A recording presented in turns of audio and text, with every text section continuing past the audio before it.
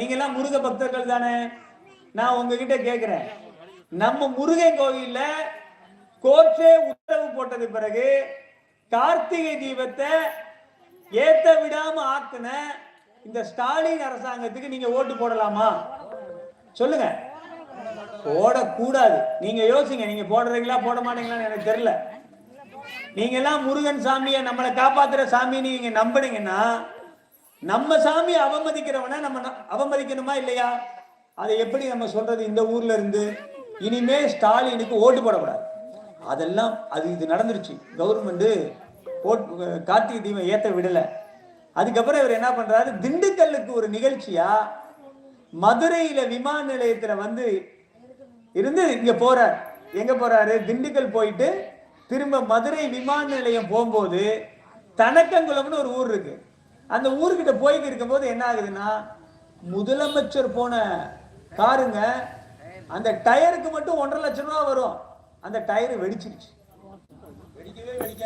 ஆமா, இதுவரைக்கும் அந்த காருக்கு டயர் வெடிச்சதெல்லாம் வெடிக்காது. எனக்கு தெரிஞ்சு இந்தியாவில் எந்த முதலமைச்சர் டயர்லாம் கார் டயர்லாம் வெடிக்காது. ஆனா எங்க அப்பா முருகன் சும்மா இருக்கிறாளா, வேல் எடுத்து ஒரே கிட்டு டயர் வெடிச்சிருச்சு. டயர் வெடிச்சோடனே இந்த ஆளுக்கு தூக்கம் போச்சு. திமுக காரனுக்கெல்லாம் தூக்கம் போயிடுச்சு. உடனே என்ன பண்றது? ஐயோ, மக்கள் கடவுளே தண்டனை பண்ணிட்டான். அவர் பொண்டாட்டியெல்லாம் 3 நாளா தூங்கலையா.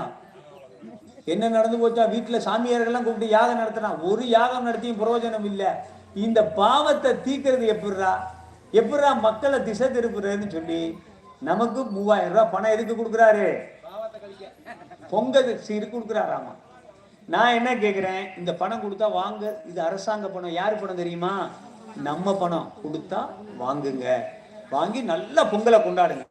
சுரேசன் கூட சொன்னார்ல, எலெக்ஷனுக்கு ஓட்டு போட பணம் கொடுத்தா வாங்க முடியும். நான் ஒரு கருத்து சொல்றேன், எவன் பணம் கொடுத்தா வாசாமி உனையதான் தேடிக்கிறீங்கன்னு வாங்கிருங்க. புரியுதா? எப்ப என் வீட்டுல 6 ஓட்டுக்கு வாங்கிருங்க. எல்லா ஓட்டும் உனக்கு தாப்பேன்னு சொல்லுங்க. அவன் எல்லாத்தையும் செய்யறேன்னு சொல்லி நம்ம கிட்ட ஏமாத்துறான்ல. நம்ம களவாணி போயிட்டு நம்மளும் களவாணித்தனம் தான் பண்ணணும். உனக்கு தான் எல்லா ஓட்டும். ஆனா அவங்கிட்ட பணத்தை வாங்கணும். ஓட்டு முருகன் கோவில்ல கார்த்திகை தீபம் ஏத்துவோன்னு சொல்ற கட்சி எந்த கட்சின்னு நீங்க கேட்கணும். அந்த கட்சிக்கு ஓட்டு போடுங்க. சரியா? அப்படி கட்சிக்கு ஓட்டு போடுங்க. இந்த நாட்டுல நல்லது நடக்கும். அப்படி நல்லது நடக்கணும். அப்படி ஒரு விஷயம் திருப்பரங்குன்றத்துல கார்த்திகை தீபம் ஏத்த போறோம்ன்ற சொல்ற கட்சி இப்ப எந்த கட்சி தெரியுமா?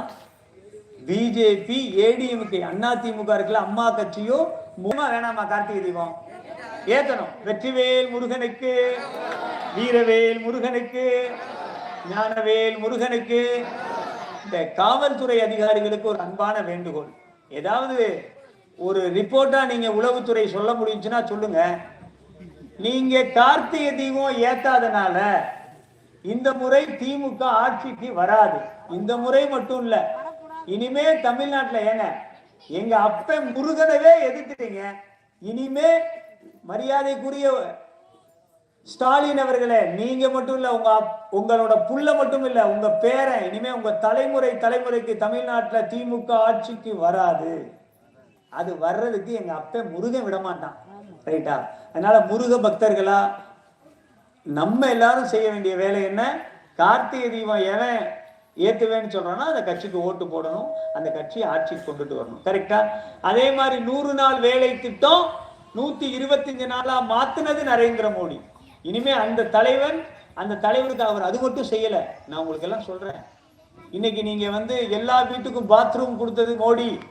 இங்க கிராமத்துக்கு இந்த ரோடெல்லாம் தார் சாலை இருக்குல்ல, அதை கொடுத்தது மோடி. நீங்க எல்லாம் யூனியன்ல இருந்து வீடு வாங்கி கட்டுறீங்களே, அந்த வீடு கொடுத்தது மோடி.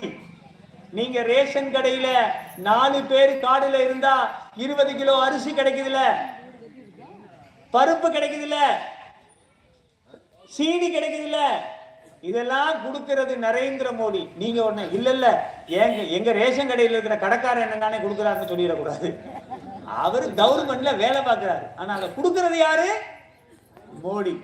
அதனால இத்தனையும் தர்ற மோடிக்கு நான் உங்ககிட்ட கடைசியா ஒன்று சொல்லிட்டு போறேன். நம்ம எங்கேயாவது ஒரு வீட்டுக்கோ நல்லது கெட்டதுக்கோ போனோம்னா ஒரு சம்பு தண்ணி ஒருத்தன் கொடுத்தா அவனுக்கு நன்றியா நம்ம இருப்போம். ஆமாப்பா இல்லையா? நன்றி உள்ள ஆளுக தானே நம்ம. ஒரு நேரம் ஒரு சம்பு தண்ணியே இல்லாட்டி ஒரு வீட்டுல போய் ஒரு நேரம் சாப்பிட்டா சொல்லுவோம், ஏய் அவன் வீட்டுல நான் ஒரு நேரம் சாப்பிட்டுருக்கேன்டா.